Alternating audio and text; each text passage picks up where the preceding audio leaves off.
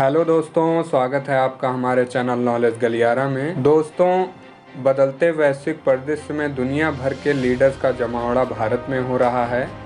इसी क्रम में पोलैंड के विदेश मंत्री ज़ेवगनु राऊ 25 से 27 अप्रैल की भारत यात्रा पर हैं।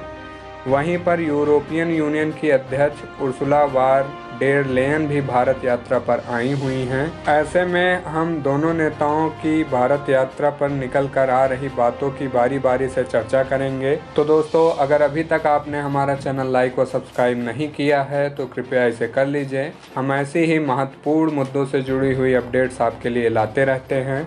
तो दोस्तों, यूरोपियन यूनियन की अध्यक्ष को इस साल भारत में होने वाले रायसीना डायलॉग के लिए मुख्य अतिथि के रूप में आमंत्रित किया गया है। दरअसल दोस्तों, अगर आप रायसीना डायलॉग के बारे में नहीं जानते हैं तो बता दूं कि रायसीना संवाद एक बहुपक्षीय सम्मेलन है जो नई दिल्ली, भारत में प्रतिवर्ष आयोजित किया जाता है। गौरतलब है कि यूरोपियन अध्यक्ष के रूप में अपनी पहली भारत यात्रा पर आ रही लेयन का प्रधानमंत्री मोदी के साथ द्विपक्षीय वार्ता का कार्यक्रम भी है।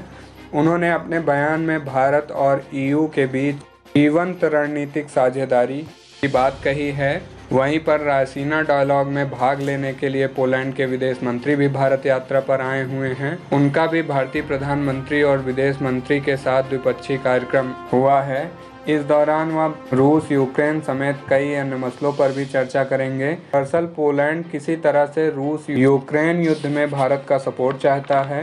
दोस्तों, आपको बता दूं कि रूस यूक्रेन युद्ध में पोलैंड बढ़ चढ़कर यूक्रेन की मदद कर रहा है। गौरतलब है कि रूसी आक्रमण के समय पोलैंड भी भयभीत हो रहा था कि कहीं यूक्रेन की मदद करने पर रसिया उस पर भी ना आक्रमण कर दे।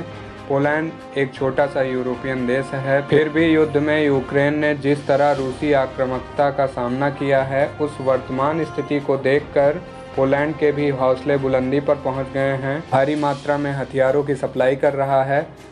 दोस्तों, लगभग 12,000 करोड़ के हथियार वह यूक्रेन को दे चुका है।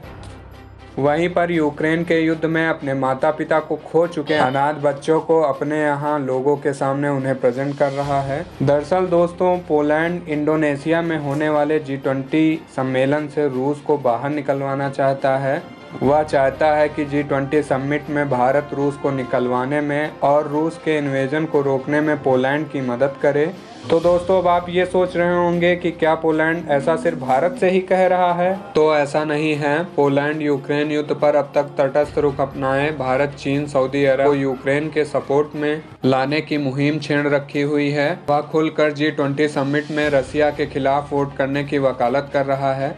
हालांकि दोस्तों, आपकी जानकारी के लिए बता दूं कि जब रसिया ने युद्ध शुरू किया था उस समय हजारों भारतीय स्टूडेंट यूक्रेन में फंसे हुए थे, जिसमें पोलैंड ने हमारी मदद की थी। हमारे विमानों ने पोलैंड की धरती से ही स्टूडेंट्स को इवैक्यूएट किया था।